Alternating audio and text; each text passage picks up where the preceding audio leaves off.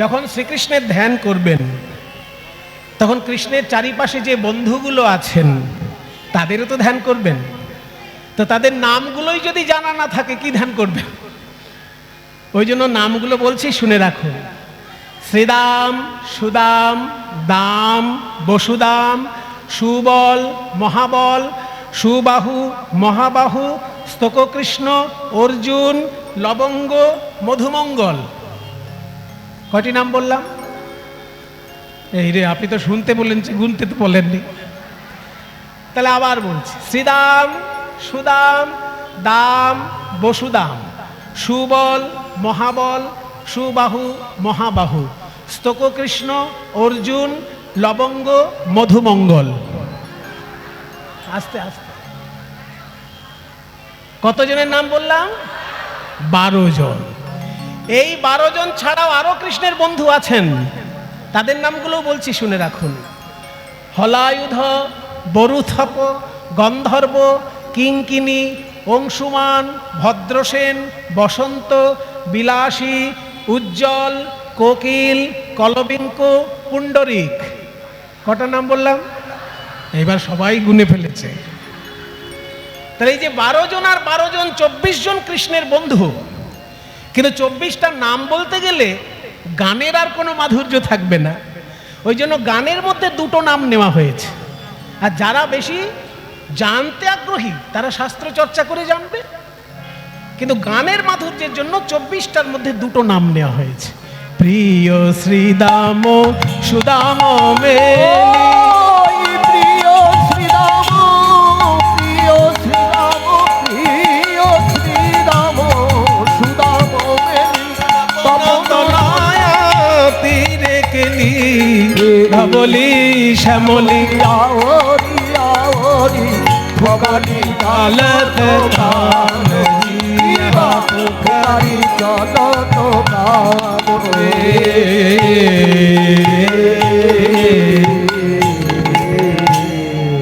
এত সুন্দর গান যিনি লিখছেন তিনি এবার কৃষ্ণের রূপের বর্ণনা করছেন। যিনি খেলছেন তাকে দেখতে কেমন?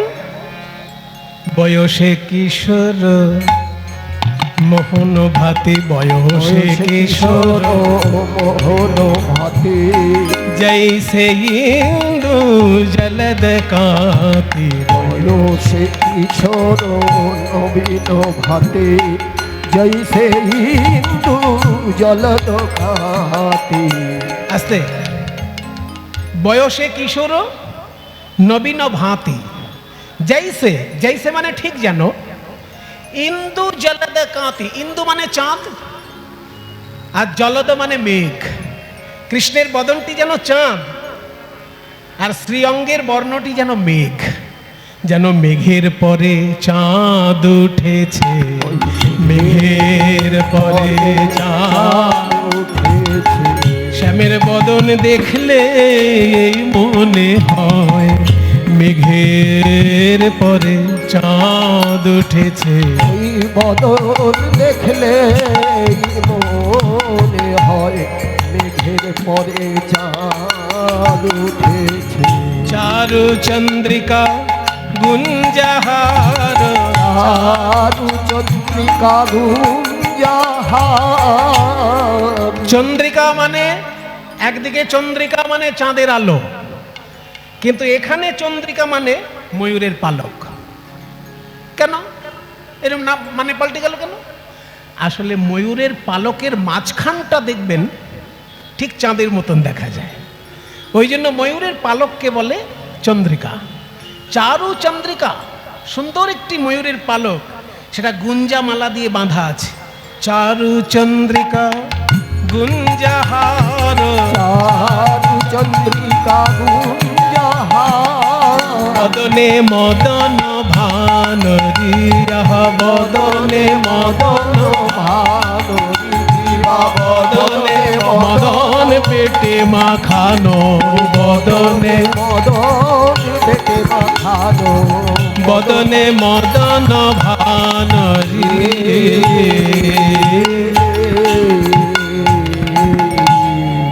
এই গানটি আমাকে যিনি শিখিয়েছিলেন তিনি হলেন রবীন্দ্র ভারতী বিশ্ববিদ্যালয়ের শ্রীখোলের অধ্যাপক ছিলেন শ্রী মনোরঞ্জন ভট্টাচার্য। আর আজকে আমাদের পরম আনন্দ যে সেই মনোরঞ্জন ভট্টাচার্যের কাছে, যিনি বছরের পর বছর কাছে থেকে খেয়ে শুয়ে বাজনা শিখেছেন, তিনি আজকে বাজাচ্ছেন। পঞ্চানন দাস মনোরঞ্জন ভট্টাচার্যের কাছে থেকে খেয়ে, ওনার বাড়ির ছেলের মতন থেকে বছরের পর বছর বাজনা শিখেছেন। আজকে শত শত শ্রীখোলের ছাত্র ওর দেশে বিদেশে আন্তর্জাতিক স্তরে চারিদিকে এই আমার গুরু ভাইয়ের শ্রীখোলের ছাত্র রয়েছে। কাজেই আশীর্বাদ করবেন, আমরা সবাই যেন গুরুদেবের দেওয়া সম্পদ বিতরণ করে নিজেদের জীবনটাকে ধন্য করতে পারি। নিতাই গৌর প্রেমানন্দে হরি। এত সুন্দর পদ যিনি লিখেছেন, এবার তিনি পদকর্তা মুসলমান, কিন্তু এত সুন্দর পদ লিখেছেন তিনি। এবার শেষ কথা তিনি বলছেন, যিনি খেলা করছেন বৃন্দাবনের মাঠে, তাকে তোমরা সাধারণ ছেলে ভেবো না, একটা বাচ্চা ছেলে ভেবো না। উনি সেজে আছেন বাচ্চা ছেলে। উনি কে জানো?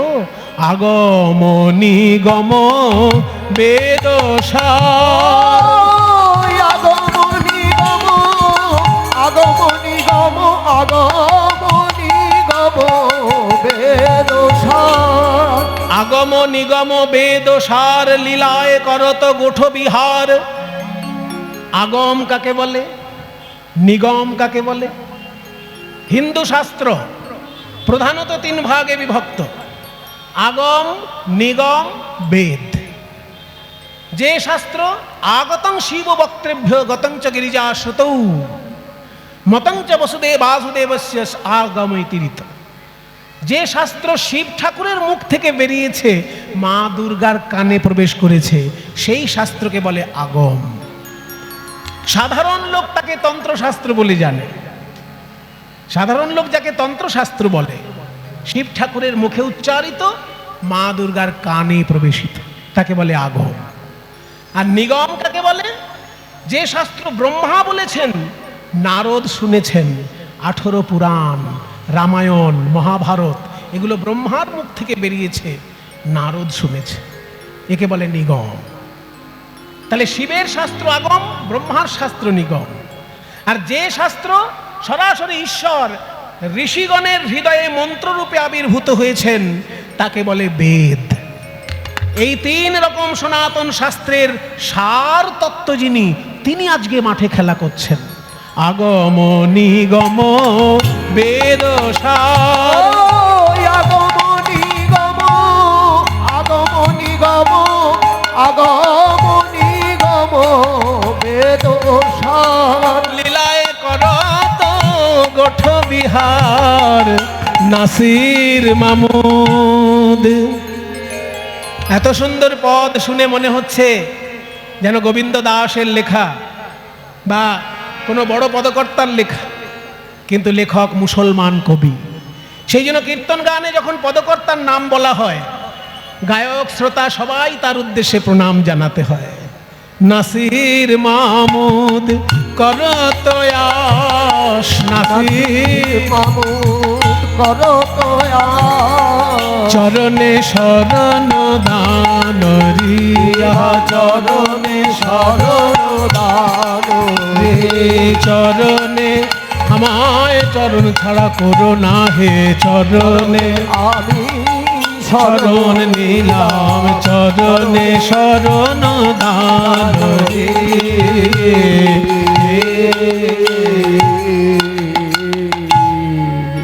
একটা সুন্দর পদ আপনারা শুনলেন, অথচ লেখক মুসলমান। যেটা বলছিলাম, বলরাম দাস পদকর্তা বলছেন যে বাংলায় হিন্দু মুসলমানের বেড়াজাল ভেঙে দিয়েছেন আমার প্রেমের ঠাকুর নিতাই গৌর। খেলা করছেন কৃষ্ণ। কি খেলা খেলবে? এই কানাই, আমরা রাম কানাইয়ের সনে খেলবো রে, আমরা রাম কানাই,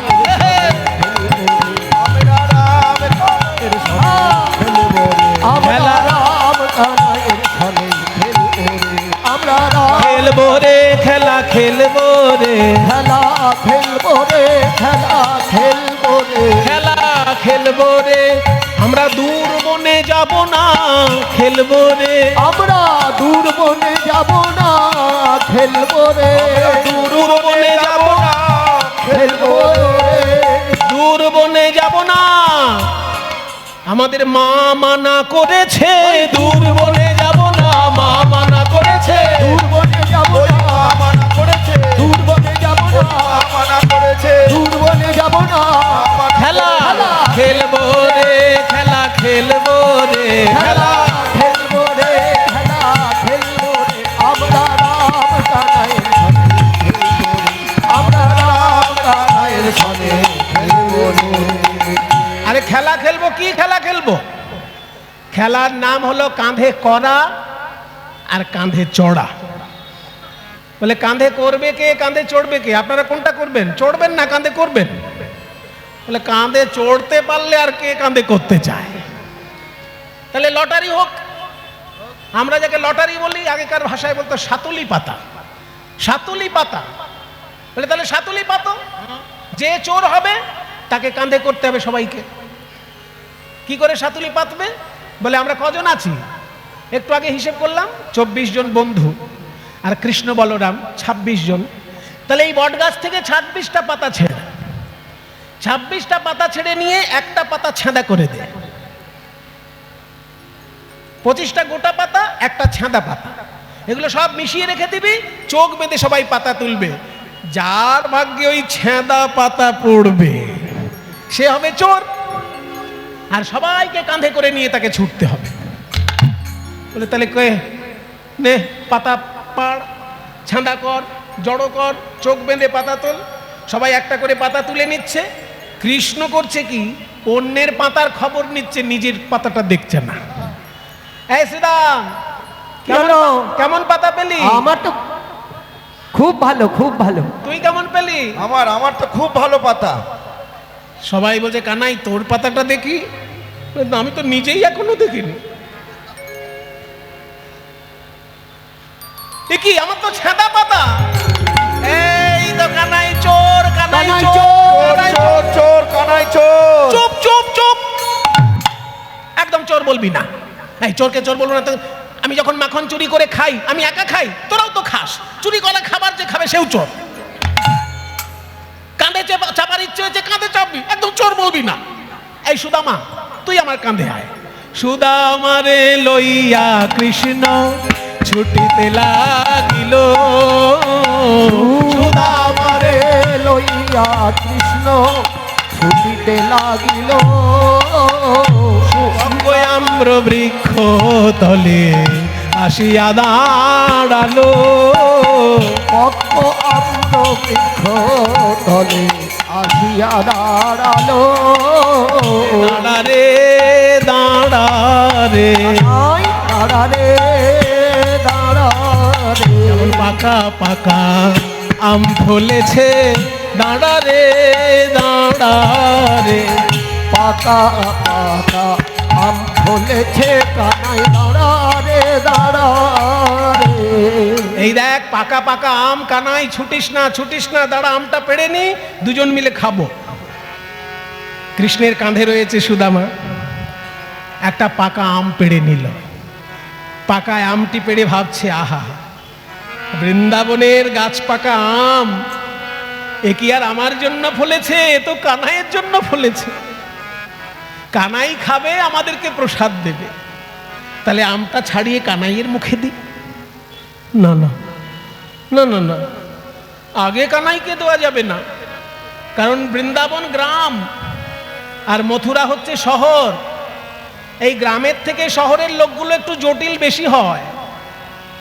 সেই জন্য দুষ্টু কংস রাজা এই গ্রামের লোকদেরকে ক্ষতি করার জন্য পুতনার বুকে বিষ মিশিয়ে পাঠিয়েছিল। যে রাজা শিশু হত্যা করার জন্য নারীর বুকে বিষ মেশাতে পারে, সেই রাজা বৃন্দাবনের গাছের আমেও বিষ মিশিয়ে রাখতে পারে। তাই আম আগে আমি খেয়ে দেখি, যদি আমি মরে যাই তাহলে জানবো বিষ মাখানো ছিল। আমি মরে গেলে কানাই বাঁচিয়ে দিতে পারে, কিন্তু কানাই মরে গেলে আমি তো বাঁচাতে পারবো না। তাই আগে আমি খেয়ে দেখি, আমে বিষ আছে কিনা, তারপর ভাই কানাইকে দেব। এই বলে সুদামা আমটি ছাড়িয়ে এক কামড় দিল। আহ, কি মিষ্টি! গাছ পাকা আম বলে কথা। না, মরিনি তো, তাহলে তো বিষ নেই। না না, ভরসা নেই, উল্টো দিকে যদি বিষ থাকে। হ্যাঁ, উল্টো দিকেও তো বিষ থাকতে পারে।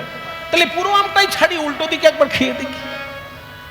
আবার উল্টো দিকে এক কামড় দিল, না, বিষ নেই।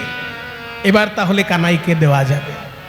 নিজে দুদিকে কামড় দিয়ে তারপর কানাইয়ের মুখে ধরছে, বলে কানাই রে, এঠো আম দিচ্ছি বলে কিছু মনে করিস না। আমরা যে তোকে বড় ভালোবাসি, তাই আমে বিষ আছে কিনা খেয়ে দেখলাম। নে রে কানাই, মিষ্টি আম খা। তবে দেখিস, ভালো লাগছে বলে যেন সব আমটা খেয়ে নিস না। অন্তত এক কামড় যেন আমার জন্য রাখিস। কেন জানিস? তোর এঠো বড় মিঠো লাগে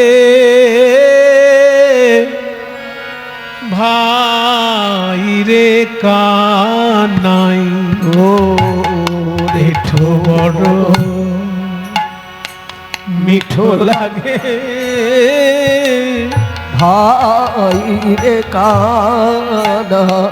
তোর এঠো বড় মিঠো লাগে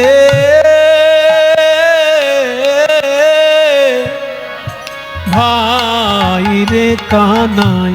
ও এঠো বড় মিঠো লাগে ভাই রে কানাই। আমরা খাইতে বড় সুখ পাই, তাই তো এঠো খাই। খাইতে বড় সুখ পাই, তাই তো এঠো খাই। খেতে খেতে তোর মুখ হতে আহা, আমায় দিতে হলো ভাই। তো কি করবি বল, দিতে হলো ভাই। খেতে খেতে মুখ হতে দিতে হলো ভাই। এঠো বড় মিঠো মিঠো লাগে ভাই রে কানাই। তোকে পুরোটা আশা মিটিয়ে খেতেও দিচ্ছি না, এই বলি ভালোবাসি। আবার বলছি এক কামড় আমার জন্য রাখবি, পুরোটা যেন খাস না। কৃষ্ণ বলছে, সুদামা ঠিক করে কথা বল, আমটা মিষ্টি বলে তোর ভালো লাগে না আমটা আমার এঠো বলে ভালো লাগে? যদি বলিস মিষ্টি বলে ভালো লাগে, তাহলে গাছ পাকা আম তো আরো আছে, আরেকটা পেড়ে নে। আর যদি বলিস আমার এঠো বলে ভালো লাগছে, তাহলে আরেকটা কথা বলবো। সুদামা বলছে, কানাই, বৃন্দাবনের গাছ পাকা আম তো মিষ্টি হবেই, কিন্তু তোর এঠো বলে যেন শতগুণে মিষ্টি লাগছে।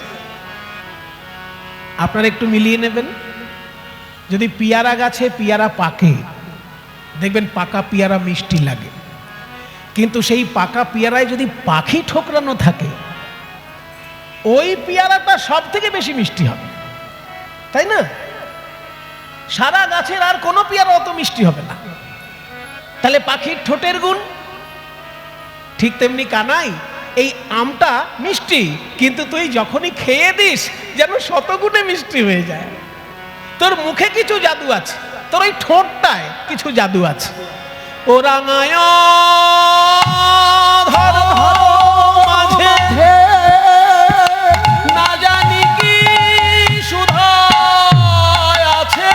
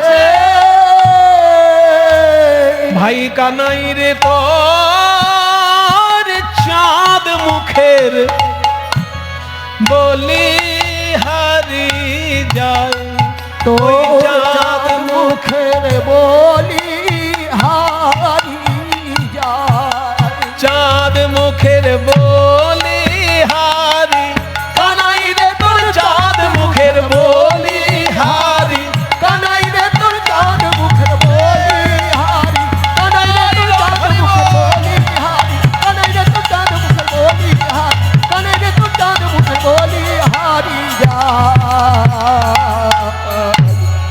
এঠো বড় মিঠো লাগে ভাই রে কানা শোন সুদামা, তার মানে আমটা আমার মুখের এঠো বলেই মিষ্টি লাগছে। তাহলে আমার মুখের এঠো হলে যদি শতগুণে মিষ্টি হয়, আমার মুখের এঠো এমনি এমনি কেন দেব? মূল্যবান জিনিস যদি বিনামূল্যে দেওয়া যায় তার আর মর্যাদা থাকে? কি গো মায়, এই যে সোনার আংটি কিনতে গেলে কত দাম লাগে, এবার হঠাৎ যদি সরকার ঘোষণা করে দেয় সবাইকে একটা করে সোনার আংটি দেবো, দিনে দিনে যা পাচ্ছেন হয়েও যেতে পারে। কি নানা রকম এখন প্রাপ্তিযোগ ঘটছে না সরকারের পক্ষ থেকে, হঠাৎ হয়তো বলেও দিতে পারে সবাইকে একটা করে সোনার আংটি, তখন সোনার আংটির আর কোনো মর্যাদা থাকবে? তাহলে মূল্যবান জিনিস যদি বিনামূল্যে পাওয়া যায় তার মর্যাদা কেউ দেয় না। তাহলে আমার এঠো হলে যদি আমটা শতগুণে মিষ্টি হয় আমি কেন দেব? আমায় কিছু দে তবে এঠো পাবি। সুদামা বলে কানাই রে, আমি তোকে আমার মন দিয়েছি, প্রাণ দিয়েছি, আরো যদি তোর কিছু দিতে হয়, তোর যদি ভালো লাগে, এই যে মা যশোদা আমায় গয়না দিয়ে সাজিয়ে দিয়েছে, আমার মা রচনা দেবী আমায় গয়না দিয়ে সাজিয়ে দিয়েছে, এই আমার গয়না সব তুই খুলে নে কানাই, কিন্তু তোর মুখের এঠো যেন আমায় দিস। আমার গয়না তুই নিয়ে নে, এ গয়নার থেকেও আমার বেশি মূল্যবান তোর ওই অধরামৃত। এই উপহার না খাইয়া আমাদিগে দাও। হরে উপহার নাও খাইয়া আমাদিগে দাও। এ দাসয়ুদ্ধাবে মোরা। এত সুন্দর পদ যিনি লিখেছেন তিনি সাক্ষাৎ জাহ্নবা মায়ের মন্ত্র শিষ্য উদ্ধব দাস। এই জন্যই তো এত সুন্দর লিখতে পেরেছেন, মায়ের কাছে শক্তি পেয়েছেন। নিত্যানন্দের স্ত্রী মা জাহ্নবা তার মন্ত্র শিষ্য, এত বড় কবি, তার উদ্দেশ্যে সবাই একবার প্রণাম করুন। এ দাসয়ুদ্ধাবে মোরা কিছু দিতে চাই, উদ্ধবে মোরা কিছু দিতে, এ দাসয়ুদ্ধবে মোরা কিছু দিতে, এ দাসয়ুদ্ধবে মোরা কিছু দিতে চাই। এঠো বড় মিঠো লাগে ভাই রে কানাই। ভাগ্যবান পদকর্তায় উদ্ধব দাস এক পাশে দাঁড়িয়ে বলছে, হে সুদামা, তোমার ভাই কানাই যখন ওই এঠো আম তোমায় দেবে, তোমার কানাইয়ের অধরামৃত তুমি গ্রহণ করো, কিন্তু আমের আঁটিটা যেন এদিক ওদিকে ছুড়ে দিও না। এই যে আমি আঁচল পেতে বসে আছি, ওই আঁটিটা যেন তুমি আমার দিকে ছুড়ে দিও। আমি সেই আশাতে বসে আছি, আমি সেই সাথে বসে আছি। প্রসাদের কণা পাবো বলে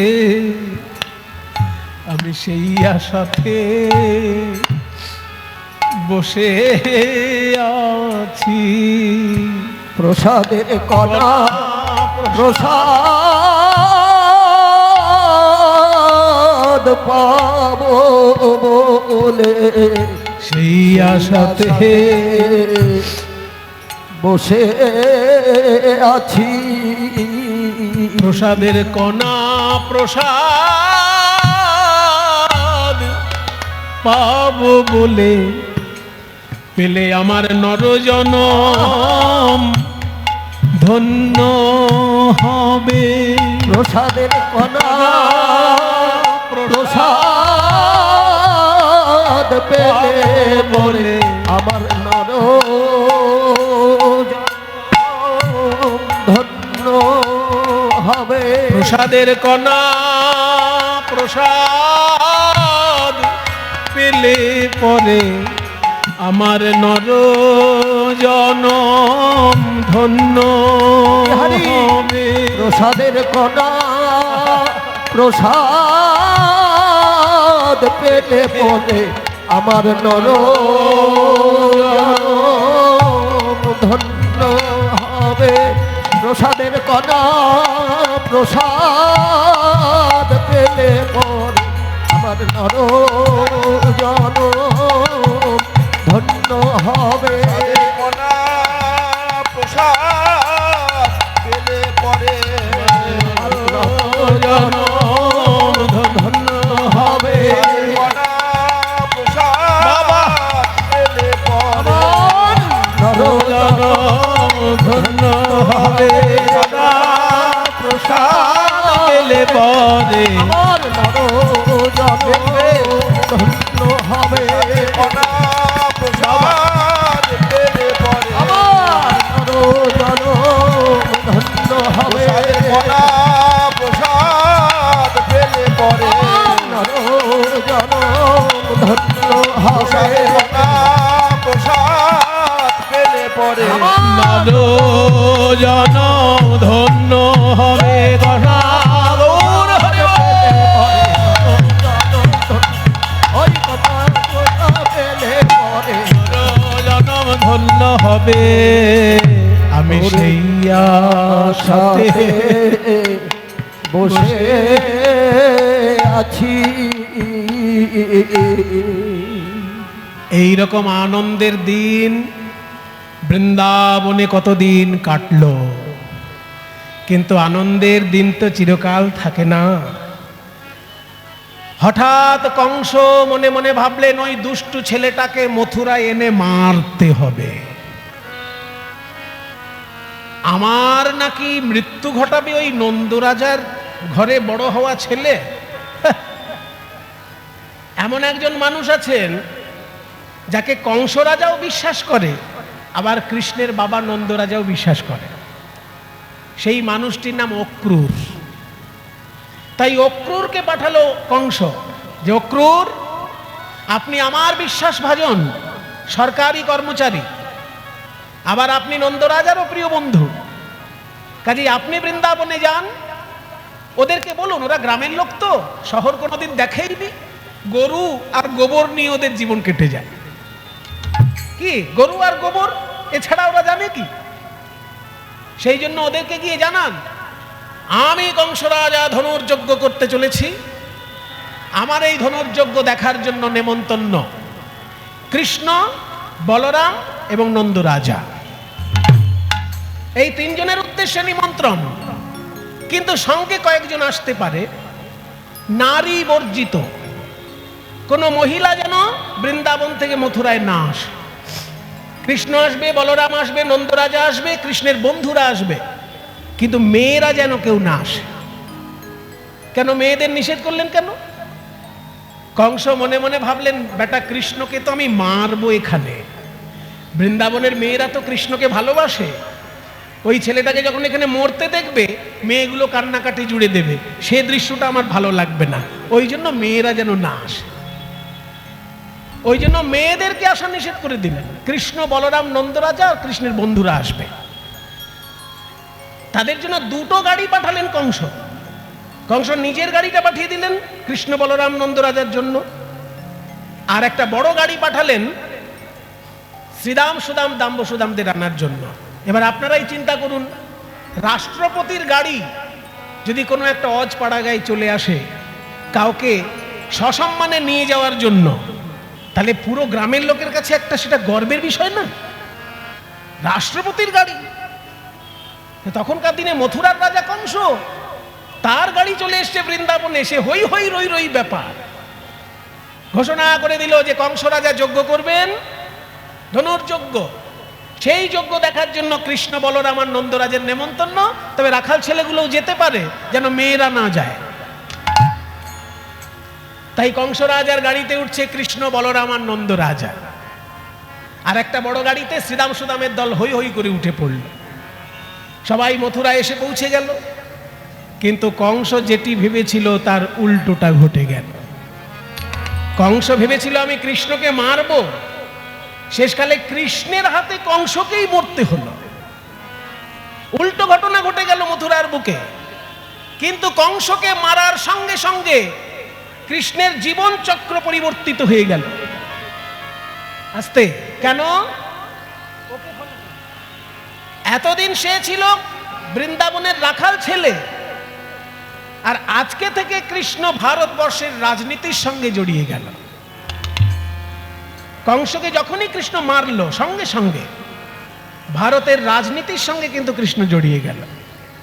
আর রাজনীতির সঙ্গে একবার যদি কেউ জড়িয়ে যায় বাবা, তার সেখান থেকে পিছিয়ে আসা খুব মুশকিল। তাই ভারতবর্ষের রাজনীতির সঙ্গে যখন জড়িয়ে গেল কৃষ্ণের জীবন, তখন শ্রীকৃষ্ণ বললেন নন্দ রাজাকে, বাবা আপনি আমার বন্ধুদেরকে নিয়ে বৃন্দাবনে ফিরে যান, আমি আর বলাই দাদার এখন বৃন্দাবনে যাওয়া সম্ভব নয়। কারণ কংস মরে গেলেও মথুরা বিপদ মুক্ত নয়, কারণ কংস মারা গেছে, বেঁচে আছে তার শ্বশুর। কংসের শ্বশুর কংসের থেকে আরো ভয়ঙ্কর। কংসের শ্বশুরের নাম কি? হ্যাঁ, আপনাদের সব জানা আছে দেখছি। অনেকে ঠিক উত্তর দিয়েছেন, জরাসন্ধ। তার বাড়ি ছিল কোথায়? পশ্চিমবঙ্গের পার্শ্ববর্তী রাজ্যে। পশ্চিমবঙ্গের পশ্চিম দিকে যে রাজ্যগুলি আছে তার মধ্যে একটি হচ্ছে বিহার। আর এই বিহারের যেখানে রাজগীর, ওই রাজগীর মানে রাজগৃহ, ওইটাই হচ্ছে জরাসন্ধের রাজবাড়ি। জরাসন্ধের দুই কন্যা, অস্তি আর প্রাপ্তি। এই অস্তি আর প্রাপ্তির সঙ্গে কংসের বিয়ে দিয়েছিল ঘটা করে। সেই কংসের মৃত্যু যখন ঘটিয়েছে ওই ছোট্ট ছেলে, জরাসন্ধ ছেড়ে দেবে? কোন শক্তিশালী শ্বশুর যদি থাকে, তার মেয়েকে যদি কেউ বিধবা করে, সেই জামাই হত্যাকারীকে ছেড়ে দেবে শক্তিশালী শ্বশুর? তাই বারবার মথুরা আক্রমণ করছে জরাসন্ধ। কংস মারা গেলেও মথুরা বিপদ মুক্ত নয়। তাই কৃষ্ণের আর বৃন্দাবনে আসা হলো না। শ্রীদাম সুদাম সবাই ফিরে এলো। তখন থেকে বৃন্দাবনে শুরু হলো বিরহ। ভাই কানাই রে,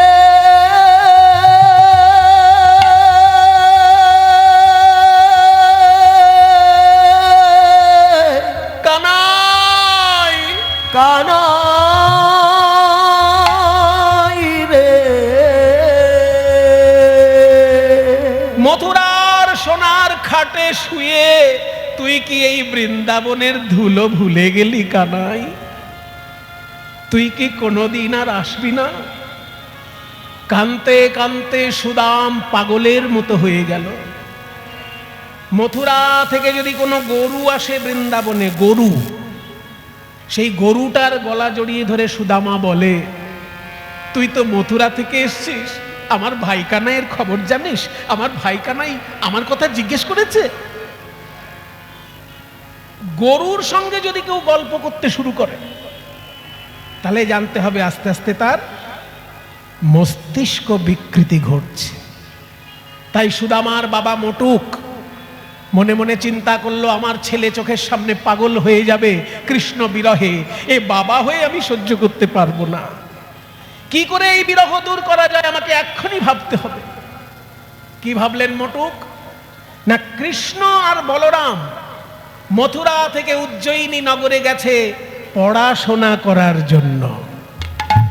শান্তিপনি মুনির বিশ্ববিদ্যালয় ছিল উজ্জয়িনী নগরে, যেমন রবীন্দ্রনাথ ঠাকুরের বিশ্ববিদ্যালয় শান্তিনিকেতন বোলপুর, তেমনি শান্তিপনি মুনির বিশ্ববিদ্যালয় ছিল উজ্জয়িনীতে। সেইখানে তখনকার দিনে সারা ভারতবর্ষের প্রধান শিক্ষা ব্যবস্থা। সেইখানে পড়াশোনা করার জন্য কৃষ্ণ বলরাম গেলেন, আর এদিকে মটুক তার ছেলে সুদামাকেও পাঠালো সেখানে পড়াশোনা করার জন্য। আমার ছেলে কৃষ্ণকে দেখে আনন্দও পাবে আর খেলার ছলে পড়াটাও হয়ে যাবে। তাই আনন্দে আজকে সব বন্ধু সুদামা, কৃষ্ণ সুদামা বলরাম তিনজন শান্তিপনি মুনির বিশ্ববিদ্যালয়ে এসেছে শিক্ষার ওই উদ্দেশ্যে। সেথায় সবাই মিলিলা, শিক্ষার ওই উদ্দেশ্যে সবাই তথায় মিলিলা, সবাই তথায় মিলিলা, শিক্ষার ওই উদ্দেশ্যে সবাই তথায় মিলিলা। আজ বহুদিন পরে কত আনন্দ হইলা, বহুদিন পরে কত আনন্দ হইলা, বহুদিন পরে কত আনন্দ হইলা। কানাই রে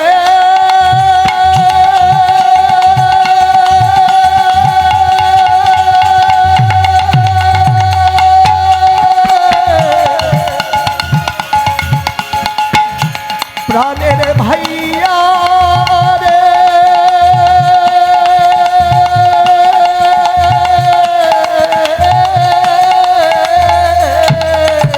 আহা বহুদিন পরে কত আনন্দ হইয়া, বহুদিন পরে কত আনন্দ হইলা। নাই রে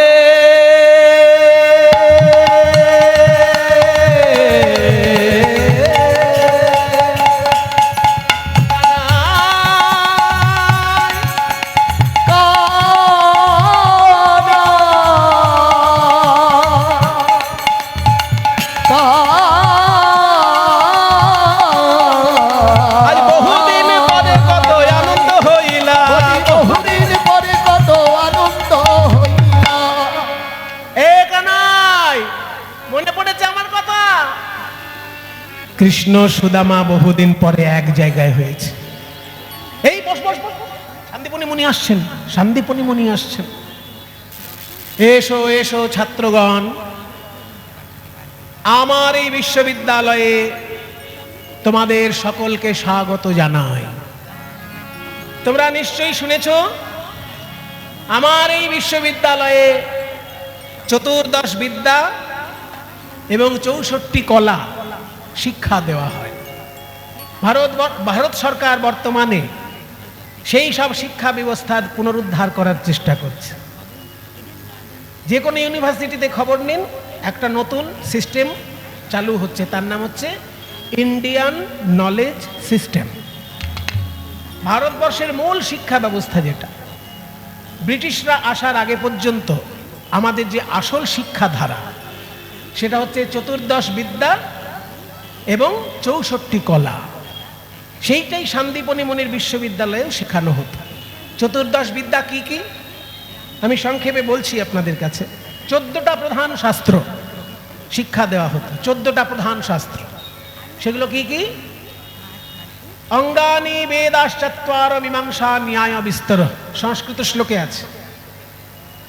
অঙ্গানি বেদাশ্চত্বার মীমাংসা ন্যায় বিস্তার, ধর্মশাস্ত্রং পুরাণানি বিদ্যা হিতাশ্চতুর্দশ। মানে 6টি অঙ্গ আর 4টি বেদ, 4 বেদ 6 বেদাঙ্গ, এই হলো 10টা অঙ্গানি বেদাশ্চত্বার। তার সঙ্গে মীমাংসা শাস্ত্র, মীমাংসা মানে সত্য কি সেইটার ধ্যান ধারণা তৈরি করা, অর্থাৎ দর্শন শাস্ত্র মীমাংসা। তার সঙ্গে যুক্তিবাদ, যুক্তিবাদকে বলে ন্যায়, মীমাংসা ন্যায় বিস্তার। তার সঙ্গে ধর্মশাস্ত্র, মনুসংহিতা, অত্রি সংহিতা ইত্যাদি সংহিতায় যে ধর্মের বিশ্লেষণ করা হয়েছে তাকে বলে ধর্মশাস্ত্র। আর পুরাণানি, 18টা পুরাণ, একে একসঙ্গে বলে পুরাণানি। এই হচ্ছে চতুর্দশ বিদ্যা। তার সঙ্গে আরো 4টি বিদ্যা যুক্ত করা হয়েছিল, অষ্টাদশ বিদ্যা শিক্ষা দেওয়া হতো। বাকি 4টে বিদ্যা হচ্ছে আয়ুর্বেদ মানে চিকিৎসা শাস্ত্র, ধনুর্বেদ মানে যুদ্ধবিদ্যা। ধনুর্বেদ মানে শুধু বানচালন নয়, কিন্তু পুরো যুদ্ধবিদ্যাটাকে একসঙ্গে ধনুর্বেদ বলা হয়। তাহলে আয়ুর্বেদ, ধনুর্বেদ আর গান বাজনা, নাচ নাটক এগুলো সব একটা বেদের অন্তর্গত, তার নাম গন্ধর্ববেদ। আয়ুর্বেদ, ধনুর্বেদ, গন্ধর্ববেদ। আর ইঞ্জিনিয়ারিং, যেটা বাড়ি বানানো, ব্রিজ বানানো ইত্যাদি, যে বড় বড় কনস্ট্রাকশনের কাজ, সেগুলোর যেটা শাস্ত্র তার নাম হচ্ছে স্থাপত্যবেদ। এই 4টে উপবেদ আর চতুর্দশ বিদ্যা, এই 18টা বিদ্যা হচ্ছে ভারতবর্ষের আদি বিদ্যা। তার মধ্যে আবার 64 কলা রয়েছে। এই অষ্টাদশ বিদ্যা এবং 64 কলাই ভারতবর্ষের আসল শাস্ত্র শিক্ষা। শান্তিবনে মুনি বলছেন, আমি তোমাদেরকে সেই শিক্ষা দেব। কে কি বিদ্যা গ্রহণ করতে চাও বলো? কৃষ্ণ, তোমার কাছে পরে আসছি। বলরাম, তুমি বলো কোন বিদ্যা গ্রহণ করতে চাও? গুরুদেব, আমি ধনুর্বিদ্যা শিখতে চাই। আমি ধনুর্বিদ্যা। বলরাম, তুমি গুরুদেব। ধনুর্বিদ্যা শিখতে চাও? হ্যাঁ গুরুদেব। ধনুর্বিদ্যা শিখতে গেলে আগে তোমায় ধ্যান করতে হবে। বলে, বাবা, বান চালানোর সঙ্গে ধ্যানের কি সম্পর্ক? হ্যাঁ, ধ্যান করা অভ্যাস না হলে তোমার দৃষ্টি স্থির হবে না, মনস্থির হবে না। আর মনস্থির করে দৃষ্টি স্থির না করলে তোমার লক্ষ্য ভেদ হবে না। ওই জন্য আগে ধ্যান করে মনস্থির করার চেষ্টা করো। বাহ। আচ্ছা সুদামা, তুমি কি শিখতে চাও? বলুন গুরুদেব, আমি বেদ বিদ্যা শিক্ষা গ্রহণ করতে চাই। তুমি বেদ বিদ্যা শিখতে চাও? হ্যাঁ, বেদ বিদ্যা শিখতে চাই। বেদ মানে জানো? ঈশ্বরের বাণী যখন ঋষিগণের হৃদয়ে স্বয়ং আবির্ভূত হয় তাকে বলে বেদ। কাজেই সেই বেদ বিদ্যা যখন তুমি শিখতে চাও, তোমার ভিতরে 9টি গুণ আছে কিনা আমি মিলিয়ে নিয়ে দেখতে চাই। 9টি গুণ অর্জন করো, তবে তোমায় বেদ বিদ্যা দান করব। 9টি গুণ কি কি? এই যে ব্রাহ্মণের কাঁধে 9টি সুতো থাকে পৈতে রূপে, কেন? এইবার জানতে পারবে। যারা মনে করে যে ব্রাহ্মণের কাঁধে একটা দড়ি ঝুলানো আছে, খুব বোকামি সেটা। গরুর গলাতেও দড়ি থাকে আর আমার কাঁধেও দড়ি, এক জিনিস নয়। আমার কাঁধে যে দড়ি সেটা কেন ঝুলিয়েছে আমার পূর্বপুরুষগণ? কারণ 9টি দায়িত্ব দিয়েছেন আমাকে, 9টি গুণ আমি অর্জন করে যাতে দেখাতে পারি, সেই আশায় আমার আচার্য আমার কাঁধে পৈতেটা দিয়েছে। সেই 9টি গুণ কি কি? ওই যে বললাম ছোট্ট গ্রন্থ, কিন্তু সবার পড়ার ইচ্ছে থাকে না, শ্রীমদ্ ভগবদ গীতা। ওই গীতায় গিয়ে দেখুন 18 নম্বর অধ্যায়ে পাবেন এই 9টি সুতো থাকার কারণ কি। নবগুণে ব্রাহ্মণ, সম দম তপ শৌচ কান্তি রাজ্যবমে বচ জ্ঞানং বিজ্ঞানম আস্তিক্যং ব্রহ্মধর্ম স্বভাবজ। এই 9টি গুণ যদি কেউ অর্জন করতে পারে তবে তার বেদ বিদ্যায় অধিকার। 9টি গুণ কি কি? সম, প্রথমে সম। এখানে সম মানে দন্তের সম নয়, এই সম হচ্ছে তালবস্যম। এই তালবস্যম সম শব্দের অর্থ হচ্ছে অন্তরিন্দ্রিয় সংযম। যে ইন্দ্রিয় চোখে দেখা যায় না তাকে বলে অন্তরিন্দ্রিয়, আর যে ইন্দ্রিয়গুলো বাইরের দিকে থাকে তাকে বলে বহিরিন্দ্রিয়। বহিরিন্দ্রিয় কয়টি? 10টি। অন্তরিন্দ্রিয় কয়টি? 4টি। 14টি ইন্দ্রিয় আছে। বহিরিন্দ্রিয় কি কি? এই যে চক্ষু, কর্ণ, নাসিকা, জিহ্বা, ত্বক, 5টি জ্ঞানেন্দ্রিয়। আর মুখ, পানি, পাদ, বায়ু, উপস্থ, এই 5টি কর্মেন্দ্রিয়। এই 10টি ইন্দ্রিয় বহিরিন্দ্রিয়, এগুলোকে দমন করার নাম দম। আর ভিতরে থাকে 4টি ইন্দ্রিয় যেগুলো চোখে দেখা যায় না, সেগুলো হচ্ছে মন, বুদ্ধি, চিত্ত, অহংকার। এই মন, বুদ্ধি, চিত্ত, অহংকার এগুলো ইন্দ্রিয়, কিন্তু ভিতরে থাকে। এগুলোকে নিয়ন্ত্রণ করার নাম সম, আর বাইরের ইন্দ্রিয়কে নিয়ন্ত্রণ করার নাম দম। সম দম। তপ মানে তপস্যা। তপস্যা কাকে বলে? তপস্যা কাকে বলে এর খুব সহজ উত্তর দিয়েছেন মা শারদা। মা শারদা বলেছেন, যে কাজ করতে গেলে খুব কঠিন লাগে কিন্তু কাজটি করলে পরে মঙ্গল হয়, তাকে বলে তপস্যা। এবার আপনারা মিলিয়ে নিন আপনাদের জীবনে কোন কোন কাজ যেগুলো করার সময় খুব কষ্টকর কিন্তু করার পর মঙ্গল হয়। যেমন পরীক্ষার পড়াশোনা। পরীক্ষার আগে যখন রাত জেগে পড়াশোনা করছেন খুব আরামদায়ক কি? খুবই কষ্টকর, কিন্তু পরীক্ষায় যখন ফার্স্ট হবেন সবাই আপনাকে মাথায় নিয়ে নাচবে। তাই যে কাজ করতে গেলে কষ্ট হয় কিন্তু কাজটি করার পর মঙ্গল হয়, তাকে বলে তপস্যা। এটাও তোমার ভিতর আছে কিনা আমি দেখবো, তবে বেদ শিক্ষা দেব। সম দম তপ, তারপর শৌচ, শৌচ মানে পবিত্রতা, ক্ষান্তি মানে ক্ষমা, আর্জবম মানে সরলতা, জ্ঞানম মানে পড়াশোনার জ্ঞান, বিজ্ঞানম মানে পড়াশোনার ঊর্ধ্বে যে জ্ঞান, একে বলে বিজ্ঞানম, এবং শেষে আস্তিক্যম মানে বিশ্বাস। এই 9টি জিনিস তোমার মধ্যে যদি থাকে আমি তোমায় বেদ বিদ্যা শিক্ষা দেব। কৃষ্ণ তুমি কি শিখবে বাবা? কৃষ্ণ বলছে, গুরুদেব আপনার বিশ্ববিদ্যালয়ে যতগুলি বিদ্যা আছে আমি সব শিখতে চাই। 14 বিদ্যা সহ 64 কলাই আমি শিখতে চাই। শান্তিবনী মণি বলছেন যে জীবনে প্রথম ছাত্র দেখলাম যে বলছে আমি সব শিখতে চাই। তোমার যদি সব শেখার ক্ষমতা থাকে কৃষ্ণ, আমার দিতে কোনো কুণ্ঠা নয়। কৃষ্ণ বলছে আপনি যদি দিতে পারেন গুরুদেব, আমি আপনাকে প্রমাণ করে দেখাবো যে আমি আপনার উপযুক্ত ছাত্র। বাহ, সত্যিই সেই যুগে কৃষ্ণের মতন ছাত্র আর দ্বিতীয় কেউ ছিল না। শান্তিবনী মণি বিশ্ববিদ্যালয়ে 64 কলা একজন যদি কেউ শিখে থাকে সে হচ্ছে কৃষ্ণচন্দ্র। সেই জন্যই তো ভারতবর্ষের এই জটিল রাজনীতিতে সব থেকে উপরে তার স্থান হলো। অসুস্থ রাজনীতিকে তিনি সুস্থ করে তবে বিশ্রাম নিলেন দ্বারকায়। ভারতের অসুস্থ রাজনীতিকে সুস্থ করে ছাড়লেন, তারপরে দ্বারকায় গিয়ে তিনি বিশ্রাম নেন। তাই শ্রীকৃষ্ণ সেখানে 14 বিদ্যা এবং 64 কলা শিখলেন। সুদামা তুমি আমার সামনে বেদ বিদ্যা শিক্ষা করো। 9টি গুণ তুমি অর্জন করেছো, আমি প্রমাণ পেয়েছি। এবার আমার সামনে আমি যা বলবো শুনে শুনে মুখস্থ করো, কারণ বেদ বিদ্যা হলো শুনে শুনে মুখস্থ করার বিদ্যা। একে বলে শ্রুতি। শুনে শুনে মুখস্থ করতে হয়, তাই শ্রুতি এর নাম। না, আমি বলছি ঋগ্বেদের প্রথম মন্ত্র আমি বলবো।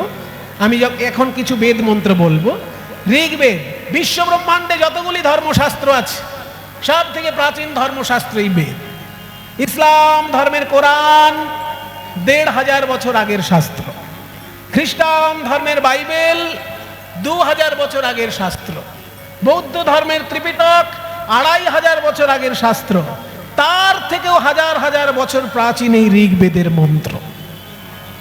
তাই বেদ সাহিত্য হচ্ছে ভারতবর্ষের অলংকার, ভারতবর্ষের অহংকার, সব থেকে প্রাচীন ধর্মগ্রন্থ। সেখান থেকে আমি মন্ত্র বলবো। আমি হাতটা যখন সামনের দিকে করব তখন আপনারা উলুধ্বনি দেবেন। হাতটা খাড়া থাকবে, যখন সামনে হাতটা করব তখন উলুধ্বনি দেবেন। ওম অগ্নিমিলেতি মন্ত্রস্য মধুচ্ছন্দারেশে গায়ত্রী ছন্দো অগ্নি, এখন নয়, অগ্নির দেবতা প্রাতঃ সবনে বিনিয়োগা। এগুলো বুঝে নিন। যখন কোনো ঠাকুর মশাই পুজো করতে আসে আপনারা কিচ্ছু খেয়াল করেন না, শুধু দক্ষিণা দিয়েই খালাস, শুধু তাকিয়ে থাকেন কখন আমার নাম আর গোত্রটা বলবে। এগুলো আপনাদের জানার কোনো আগ্রহ থাকে না, ওই জন্য ঠাকুর মশাইও বলে বয়ে গেছে আপনাদের বলতে।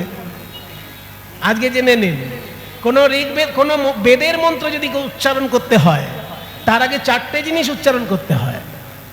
সেই মন্ত্রের প্রথম উচ্চারণকারী কে, তার নাম, সেই মন্ত্র কোন ছন্দে লেখা, সেই মন্ত্রের দেবতাকে, আর সেই মন্ত্রের প্রয়োগ কোথায় হবে, অ্যাপ্লিকেশন কোথায় হবে। এই 4টে জিনিস আগে উচ্চারণ করে তারপর মূল মন্ত্রটা উচ্চারণ করতে হয়। একে বলে বিনিয়োগ। দেখুন এবার 4টে জিনিস আমি বলছি। ওম অগ্নিমিলেতি মন্ত্রস্য মধুচ্ছন্দা ঋষি, মানে এই মন্ত্রের ঋষি হলেন মধুচ্ছন্দা। গায়ত্রী ছন্দ, এই মন্ত্রের ছন্দ হলো গায়ত্রী। অগ্নির দেবতা, অগ্নি হলো দেবতা, আর প্রয়োগ কোথায়? প্রাতঃসবনে বিনিয়োগ। প্রাতঃসবনে, প্রাত মানে সকালবেলা, আর সবন মানে যজ্ঞ, সকালবেলার যজ্ঞে এই মন্ত্র প্রয়োগ হয়। ওম অগ্নিমিলে পুরোহিতম যজ্ঞস্য দেবম ঋত্বিজম হুতারম রত্নধাতমম ওম অগ্নয়ে স্বাহা ইদমগ্নয়ে ওম অগ্নিঃ পূর্বেभिर्ऋषिभिरीड्यो नूतनैरुत सा देवा एह भक्ष्यति ओम अग्नये स्वाहा इदमग्नये ओम अग्निनारयिमश्नवत्पोषमेव दिवे दिवे यशसं वीरवत्तमाम् ओम अग्नये स्वाहा ओम अग्निर्होता कविक्रतु यस्तश्रित्रशवस्तम देवो देवेभिरागमत् ओम अग्नये स्वाहा ओम जदङ्गदाशुषत्वम् अग्ने भद्रं करिष्यसि तबेतत्सत्यमङ्गिरः ओम अग्नये स्वाहा इदमग्नये ओम उपत्वाग्ने दिवे दिवे दोषावस्तरधिया वयं नमो भरन्त एमषि ओम अग्नये स्वाहा इदमग्नये ओम राजन्दमध्वराणां गोपामृतस्य देवीं वर्धमानं सुवेदमे ओम अग्नये स्वाहा इदमग्नये ओम सानः वितेः वसुनवे अग्ने सुपायनो भव स च स्वानः सुवस्तये ओम अग्नये स्वाहा इदमग्नये ओम स्वस्ति नो इन्द्र वृद्धस्रवाः स्वस्ति नो पूषा विश्ववेदाः स्वस्ति नस्तक्षो अरिष्टनेमि स्वस्ति न बृहस्पतिर्दधातु ओम शान्तिः शान्तिः शान्तिः हरिः ओम। পৃথিবীতে যখন ইসলাম ধর্ম ছিল না, খ্রিস্টান ধর্ম ছিল না, আরব দুনিয়ায় শুধু ইহুদিরা ছিল, আর ভারতীয় দুনিয়ায় তখন মুনি ঋষির শুধু এই বেদ মন্ত্র ছিল। পৃথিবীর সব থেকে প্রাচীন ধর্মশাস্ত্র ঋগ্বেদ। 9টি মন্ত্র মুখস্থ শোনালাম আপনাদেরকে। কি করে মুখস্থ করতে পারলাম? 1 বছর আমি সংস্কৃত অনার্স পড়েছিলাম, ফাইনাল পরীক্ষা দিইনি, কিন্তু পড়েছিলাম। সেই সময় আমাদের পাঠ্য ছিল ঋগ্বেদের এই প্রথম 9টি মন্ত্র। এবার পাঠ্য ছিল বলে আমার সুবিধে হয়েছে। যদি টেক্সট কখনো মুখস্থ রাখেন, পরীক্ষার সময় উত্তর আর নোটস মুখস্থ করতে হয় না। টেক্সট মুখস্থ থাকলে নোটস নিজেই তৈরি করে লেখা যায়।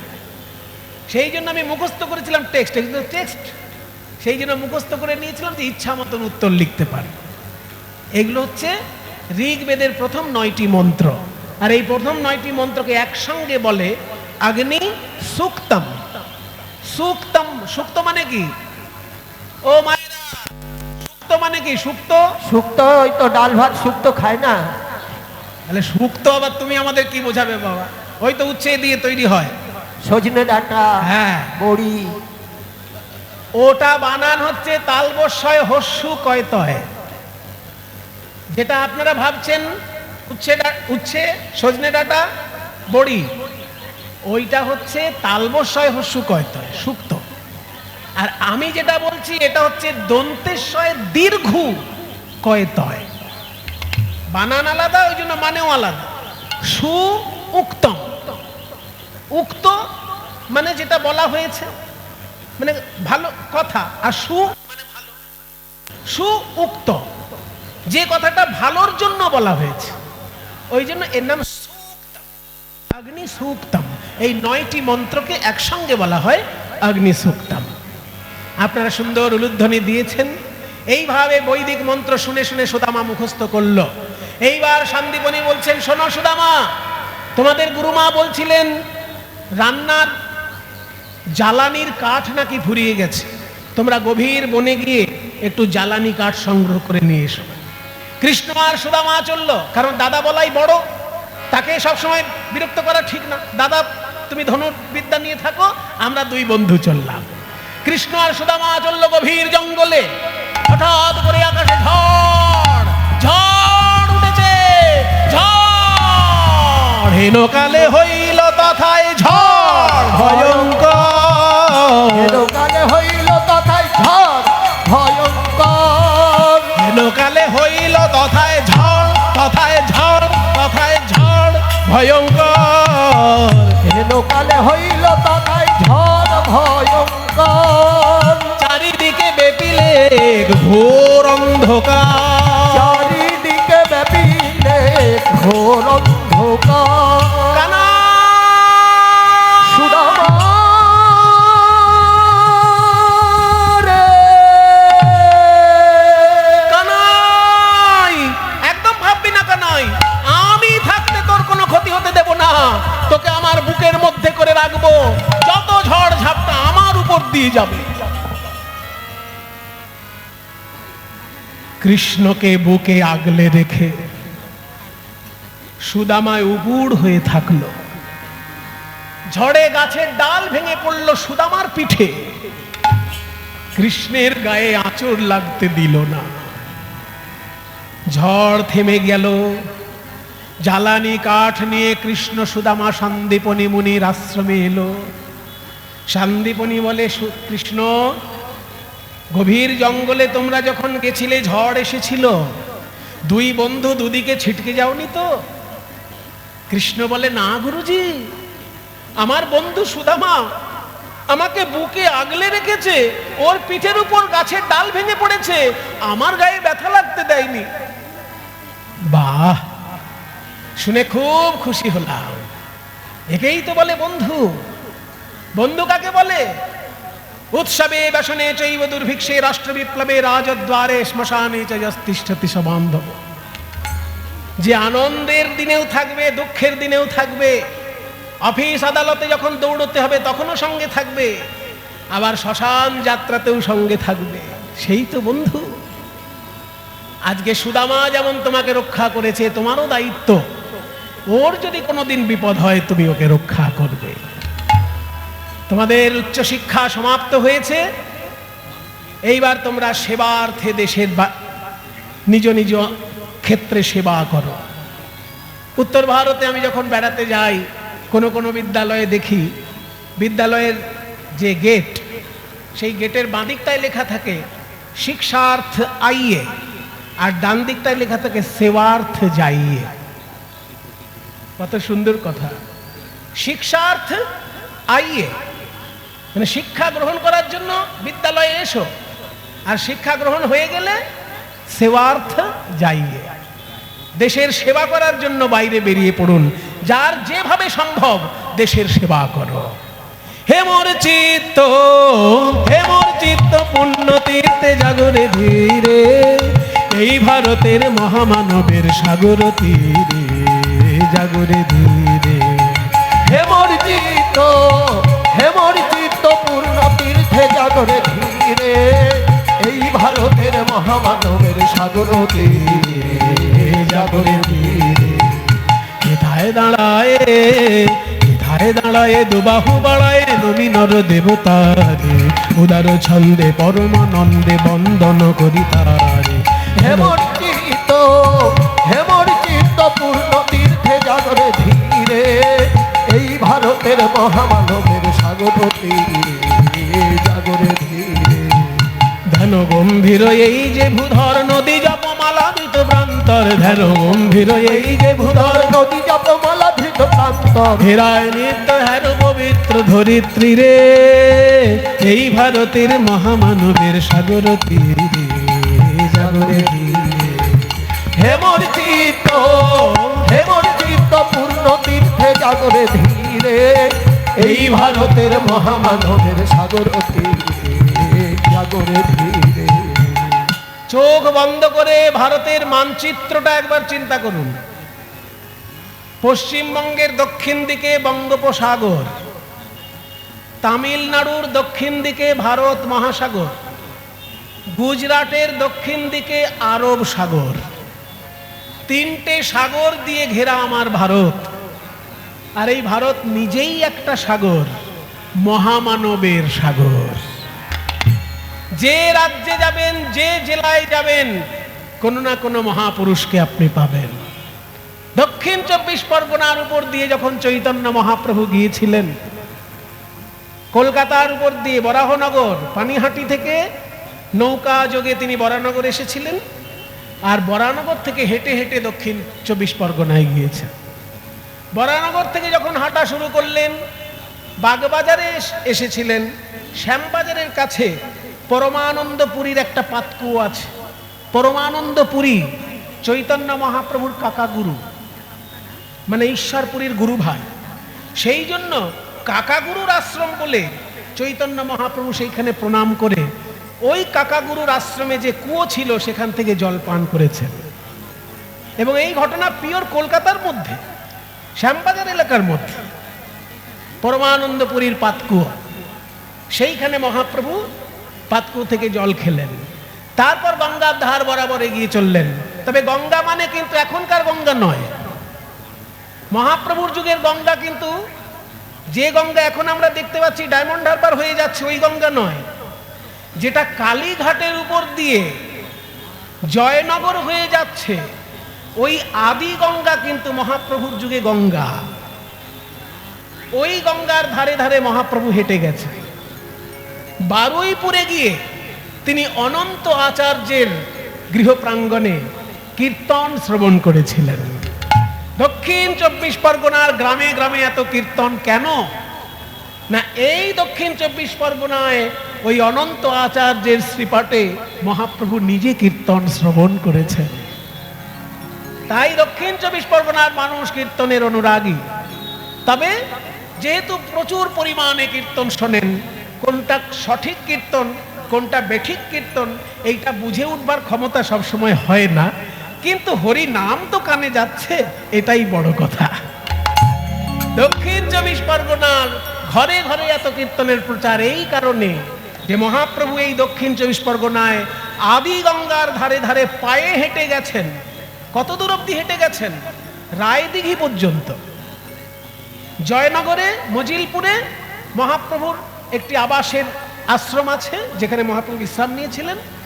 তারপরে জয়নগর থেকে আরো দক্ষিণ দিকে রায়দিঘি চক্রতীর্থ, হ্যাঁ, ওখানে একটা প্রাচীন শিব মন্দির আছে। ওই এনার জন্মস্থান বাড়ি ওই দিকে, রায়দিঘি এলাকায় ওনার জন্মস্থান। কাজেই রায়দিঘিতে গঙ্গা গিয়ে শতমুখী হয়ে গেছিল, 100টা তার ফ্যাঁকড়া বেরিয়ে গেছে। পরে 100টা ফ্যাঁকড়া কমে গিয়ে 4-5টা ফ্যাঁকড়া এখনো ওখানে উপলব্ধি করা যায়। কাজেই রায়দিঘি পর্যন্ত চৈতন্য মহাপ্রভু যুগের আদি গঙ্গার ধারা। সেই জন্য মহাপ্রভু কলকাতায় জলপান করলেন, বরাহনগরে ভাগবত শ্রবণ করলেন রঘুনাথ উপাধ্যায়ের কাছে, আর শ্যামবাজারে পরমানন্দপুরীর পাতকুয়ো থেকে জলপান করলেন। আরো দক্ষিণে হেঁটে গিয়ে বারুইপুরে অনন্ত আচার্যের শ্রীপাঠে কীর্তন শ্রবণ করলেন। আরো দক্ষিণে রায়দিঘি পর্যন্ত গিয়ে চক্রতীর্থে ওখানে শিব ঠাকুরকে প্রণাম করে গঙ্গা পার হয়ে পুরীধামে গিয়েছিলেন। কাজেই দক্ষিণের ঘরে ঘরে মহাপ্রভুর পদধূলা দক্ষিণের পথে পথে রয়েছে। নিতাই গৌর প্রেমানন্দ হরি বল। ওই জন্য রবীন্দ্রনাথ বললেন, সোনার দেশ এই ভারত, দক্ষিণ দিকে 3খানা সমুদ্র, বঙ্গোপসাগর, ভারত মহাসাগর, আরব সাগর, আর ভারত নিজেই একটা সাগর, মহামানবের সাগর। এই ভারতের মহামানবের সাগর তীরে জাগরে ধীরে হেমর চিত্ত পূর্ণ তীর্থে জাগরে ধীরে, এই ভারতের মহামানবের সাগর তীরে। কেহ নাহি জানে, কেহ নাহি জানে কারা, ওখানে কত মানুষের ধারা, দুর্বার স্রোতে এলো কোথা হতে সমুদ্রে হলো হারা, কত মানুষের ধারা। হেথায় আর্য, হেথায় আর্য, হেথায় অনার্য, হেথায় দ্রাবিড় চীন, সকহুন দল পাঠান মোগল এক দেহে হলো লীন। পশ্চিমে আজি খুলিয়াছে দ্বার, সেটা হতে সবে আনে উপহার। পশ্চিমে আজি খুলিয়াছে দ্বার, সেথা হতে আনে নানাই উপহার। দিবে আর নিবে, মিলাবে মিলিবে, যাবে না ফিরে এই ভারতের মহামানবের সাগর তীরে, জাগরে তীরে।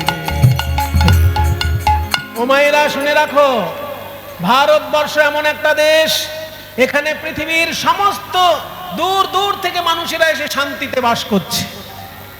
বাংলাদেশ, পাকিস্তান থেকে কত হিন্দু তাড়া খেয়ে ভারতবর্ষে এসে শান্তিতে বাস করছে। মুসলমানের দেশ থেকে মুসলমান তাড়া খেয়ে ভারতে এসে শান্তিতে বাস করছে। জানেন সেই গল্প? পাকিস্তানে এক ধরনের মুসলমান থাকে, তাকে বলে কাদিয়ানি মুসলমান। কাদিয়ানি, তারা একটু শান্তিকামী, তারা হিংস্র কট্টরপন্থী নয়, সেই জন্য তাদেরকে পাকিস্তান থেকে ভারতে তাড়িয়ে দিয়েছে, আর তারা ভারতে এসে শান্তিতে বাস করছে। মুসলমানের দেশ থেকে মুসলমান তাড়া খেয়ে ভারতে এসে শান্তিতে বাস করছে। আজকে ইরানের রাষ্ট্রপ্রধান বোমে আহত হয়ে মৃত্যুবরণ করেছেন। শুনলে দুঃখ হয়, কারণ ওই ইরান প্রাচীনকালের মুনি ঋষির মন্ত্রে ধ্বনিত ছিল। জরথ্রুষ্ট ছিলেন ঋষি, তার বৈদিক মন্ত্রে উচ্চারিত হতো ইরান। কিন্তু সেই ইরান পরের কাছে পদদলিত হয়ে নিজের ধর্ম বাঁচানোর জন্য ইরান থেকে পালিয়ে এসে লোক ভারতে শান্তিতে বাস করছে। এই যে টাটার লরি, টাটার সেফটি পিন, টাটার নুন, এই টাটা হচ্ছে ইরানের লোক। জামশেদজি টাটা তিনি ইরানের মানুষ, কিন্তু ধর্ম বাঁচানোর জন্য ইরান থেকে পালিয়ে ভারতে এসে ব্যবসা করেছেন, আর ভারতে এত বড় ব্যবসা করেছেন, শান্তিতে বাস করেছেন। এই হচ্ছে ভারত। চীন থেকে বৌদ্ধরা পালিয়ে এসে ভারতে শান্তিতে বাস করছে, দলাই লামা তার প্রমাণ। বাংলাদেশ থেকে মুসলমান ভারতে পালিয়ে এসে শান্তিতে বাস করছে, তার প্রমাণ হচ্ছে তসলিমা নাসরিন। এই হচ্ছে ভারত। সারা পৃথিবী থেকে লোক পালিয়ে এসে এখানে শান্তিতে বাস করছে। এসো হে আর্য, এসো হে আর্য, এসো অনার্য হিন্দু মুসলমান, এসো এসো আজ তুমি ইংরাজ, এসো এসো খ্রিস্টান হিন্দু মুসলমান। এসো ব্রাহ্মণ, এসো ব্রাহ্মণ সূচি করি মন, ধরো হাত সবাকার। এসো হে পতিত হোক অপনীত সবে অপমান ভার, মার অভিষেকে এসো এসো তোরা মঙ্গল ঘট হয় নিজে ভরা। মার অভিষেকে এসো এসো তারা মঙ্গল ঘটাই নিজে ভরা। মার অভিষেকে এসো এসো তারা মঙ্গল ঘটাই নিজে ভরা। মার অভিষেকে এসো এসো তারা মঙ্গল ঘটাই নিজে ভরা। সবার স্পর্শে পবিত্র করা তীর্থ নিরে এই ভারতের মহামানবের আজি ভারতের মহামানবের সাগর তীরে, জাগরে ধীরে। হে মোর চিত্ত, হে মোর চিত্ত পুণ্য তীর্থে জাগরে ধীরে এই ভারতের মহামানবের সাগর তীরে। বিদ্যা গ্রহণ করে যে যার দেশে চলে গেল। কৃষ্ণ বলরাম চলে গেল রাজনীতির জগতে। শান্তিবনির আশ্রম থেকে আবার তো সেই হস্তিনাপুর, কুরুক্ষেত্র, এইসব জায়গায় কৃষ্ণ গেলেন। কাজে রাজনীতির জগতে প্রবেশ করলেন কৃষ্ণ আর বলরাম। আর সুদামা রাজনীতির জগতে প্রবেশ না করে শিক্ষা জগতে প্রবেশ করলেন। অধ্যাপক হলেন সুদামা, বেদ শাস্ত্র শিক্ষা দিতে লাগলেন ছাত্রছাত্রীর মধ্যে। কিন্তু সব শিষ্য তো আর দক্ষিণা দিতে ভালোবাসে না, ওই জন্য দক্ষিণা দিতে কিছু কিছু শিষ্য ফাঁকি দিতে বেশ আনন্দ পায়। ওই শিষ্যরা ফাঁকি দিতে দিতে দিতে সুদামার দারিদ্র ক্রমশ ভয়ঙ্কর হয়ে উঠল। এমন দারিদ্র দংশনে সুদামা পড়লেন যে বাড়ি ঘর সব কিছু চলে গেল। রাস্তার ধারে পর্ণ কুটির করে সুদামা বাস করে। তার স্ত্রী সুশীলা রয়েছে তার সঙ্গে। সুশীলা বলে, ওগো স্বামী, তুমি সারা জীবন শিক্ষা নিয়ে বিদ্যা নিয়ে রইলে, আর তোমার এত দারিদ্র। তোমার বন্ধু নাকি দ্বারকার রাজা, একবার তার কাছে যাও না। তখন সুদামা বলছে যে আমার বন্ধু দ্বারকার রাজা বলে আমি তার কাছে হাত পাতবো? সেই শিক্ষা আমি পাইনি সুশীলা। আমি আমার বন্ধুকে ভালোবাসতে শিখেছি। বন্ধু বলেছিল যে এঠো আম দেব, তোর কাছে কি আছে আমায় উপহার দে, তখন আমি গায়ের গয়নাগুলো খুলে দিয়েছিলাম। কাজেই আমি কৃষ্ণকে দিতে শিখেছি, কৃষ্ণের থেকে কিছু নিতে শিখিনি। সুশীলা বলছে, তুমি ভুল বুঝছো স্বামী, আমি কিন্তু একবারও বলিনি বন্ধুর কাছে গিয়ে হাত পাতুন। আমি বলেছি আপনার বন্ধু তো দ্বারকায় থাকে, একবার গিয়ে তাকে দেখে আসুন। সংসারে যখন দুঃখ কষ্ট হয় তখন বন্ধুর সঙ্গে কথা বললে মনটা একটু হালকা হয়, সেই জন্য বন্ধুর কাছে যেতে বলি। বলে হ্যাঁ, এইটা তুমি ভালো কথা বলেছ। কৃষ্ণ আমার এমন বন্ধু, ওর মুখের দিকে তাকালেই আমার সব দুঃখ ভুলে যায়। বলে তাহলে একবার ঘুরে এসো। হ্যাঁ যাব তো সুশীলা, কিন্তু উপহার নেবার মতন তো ক্ষমতা নেই আমার। তুমি যদি একটু উপহারের ব্যবস্থা করে দিতে পারো, আমি বন্ধুর কাছে যাব। যদি কিছু এনে দিতে পারো উপায়ন,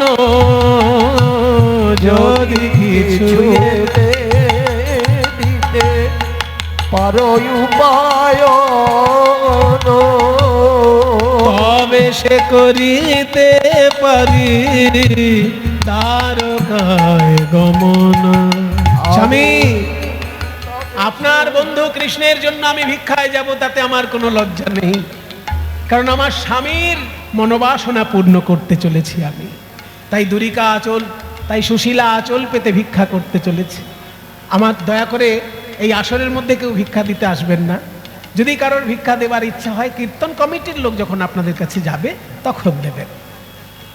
সুশীলা দাঁড়ে দাঁড়ে যাচ্ছে, আমায় ভিক্ষা দাও গো নগরবাসী, ভিক্ষা দাও আমায়, আমার ভিক্ষা দাও গো নগরবাসী, ভিক্ষা দাও আমায়।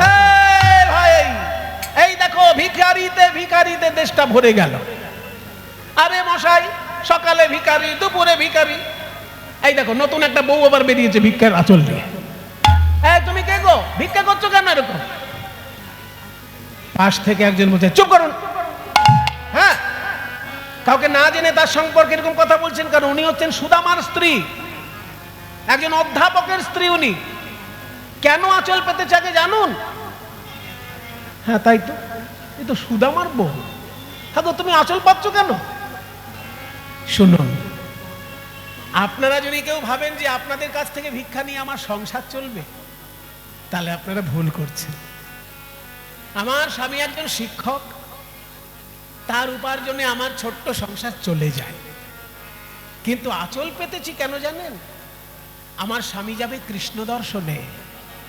যদি আপনাদের কারোর কিছু শ্রীকৃষ্ণের চরণে দান করার বাসনা থাকে, আমাকে দিতে পারেন, আমার স্বামী সেটা নিয়ে যাবে কৃষ্ণ চরণে।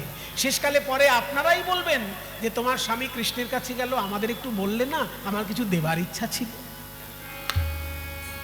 হ্যাঁ, এটা তো তুমি ঠিক বলেছ। 4টে পাড়ায় ভিক্ষা করলো সুদামার স্ত্রী, আর 4টে পাড়া থেকে এক মুঠো করে চিড়ে পাওয়া গেল। 4টে পাড়া কেন? তখনকার দিনে সমাজটা ছিল ব্রাহ্মণ, ক্ষত্রিয়, বৈশ্য, শূদ্র, যে যার সংস্কার নিয়ে নিজের পাড়ায় বাস করত। গ্রামের মাঝখানে মন্দির, আর চারদিকে 4টে পাড়া। মন্দিরে সবাই আসতো, আর যে যার পাড়ায় সংস্কার নিয়ে বাস করত। আরো কারণ হচ্ছে, কেউ ধর্ম লাভের জন্য এক মুষ্টি দিয়েছে, কেউ অর্থ লাভের জন্য দিয়েছে, কেউ কামনা বাসনা পূর্ণ করার জন্য, আর কেউ মোক্ষ লাভের জন্য। ধর্ম, অর্থ, কাম, মোক্ষ, এই 4 উদ্দেশ্যে 4 মুষ্টি। আরো একটা তত্ত্ব আছে, ওই যে অত বড় পাড়ার মধ্যে একজন মাত্র ভিক্ষা দিল, সেইটা যদি না দিত কি হতো জানেন? কৃষ্ণের রোষানলে ওই পাড়াটা দগ্ধীভূত হয়ে যেত। কিন্তু একজন মাত্র ভিক্ষা দিয়েছে বলে সবাই বেঁচে গেল। অর্থাৎ কোন এলাকায় যদি একজনও সৎ মানুষ থাকে, তার জন্য সেই এলাকা রক্ষা পায়। এরকম 4টে পাড়া থেকে 4 মুষ্টি চিড়ে ভিক্ষা নিয়ে সুশীলা এনে দিল সুদামাকে। সুদামা চলেছে কৃষ্ণ দর্শনে। কৃষ্ণের চরণে চলেছে সুদামা। কইরে আমার কানাই, ভগবানের চরণে আত্মসমর্পণ কিভাবে করতে হয়, কিভাবে ভগবানের চরণে আত্মসমর্পণ করতে হয় দেখুন। চলেছে সুদামার, প্রভুজি तुम चंदन हम पाने पाने, तुम चंदन हम पानी पानी जाके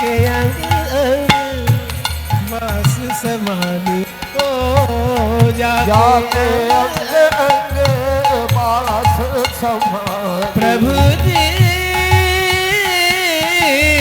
तुम चंदन हम पानी वानी तुम चंदन हम पानी पानी तुम चंदन हम पानी আস্তে আস্তে শেষ কথা বলি। সুদামার সঙ্গে যখন কৃষ্ণের আলোচনা হয় তিনটি তত্ত্ব আলোচনা হয়েছিল, সেটা বলেই আমি বিশ্রাম দেব। কৃষ্ণ বলেছিল, সুদামা এই জগতে তিন রকমের গুরুর কাছে তিনটে দক্ষিণা।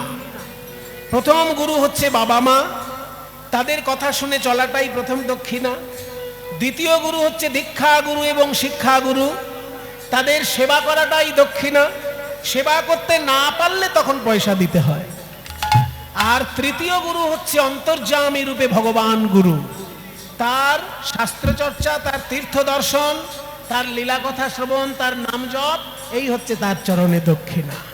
এই তত্ত্ব আলোচনা করার পর কৃষ্ণ নিজ হাতে সুদামার চরণ ধুইয়ে দিয়েছিলেন এবং সুদামার চরণ সেবা করেছিলেন। তারপর যখন সুদামা বাড়ি চলে যায়, স্বয়ং লক্ষ্মী ঠাকুরকে বলেছিলেন, তুমি সুদামার স্ত্রীকে গয়না দিয়ে সাজিয়ে দাও। আর বিশ্বকর্মাকে বলেছিলেন, তুমি সুদামাকে রাজবাড়ি বানিয়ে দাও। সুদামা যে এলাকায় থাকতেন সেই জায়গাটি গুজরাটে এখনো আছে। জায়গাটির নাম পোরবন্দর। হাওড়া থেকে ট্রেন যায় পোরবন্দর এক্সপ্রেস, ওই পোরবন্দর এক্সপ্রেস যেখানে গিয়ে দাঁড়ায় ওটাই সুদামার বাড়ি। ওখানে সুদামার নামে ছোট্ট একটা মন্দির আছে, গিয়ে দর্শন করবেন। কৃষ্ণ সুদামার মিলন আমরা এখানেই রাখছি। কৃষ্ণ আর সুদামার হইল মিলন, বদন ভরে হরি বলো যত ভক্তগণ হরি বল।